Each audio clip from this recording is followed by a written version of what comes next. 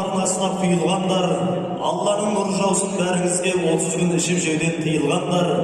Нәпсіге құл болмаған құрметтілер, қырсыздың қылышына қиылмаңдар. Намаз оқы, зекет бер, ораза тұт, мұның бәрі бір Алла бұйырғандар. Мұндайда айтшы қалай үндемелік, үлгілі сөз айтуға үлгерелік. Қасиетті Рамазанның қасиетін жырласа да жарасар ет жүлде беріп, арыңа дақ түспесін уа жамағат, осылай мол сауапқа жүргеніп, жәннатты Алла баршаңызға нәсіп етсін, ағайын тілге жүйрік, дінге берік. Қасиетті Рамазан айы құтты болсын. Айдардың сұлтаны қасиетті Рамазан айында, күндердің сұлтаны қасиетті жұмада, республика бойынша беріліп жатқан Қазақстан Республикасының президенті Қасым-Жомарт Кемелұлы Тоқаевтың ауызашар дастарханына қош келдіңіздер.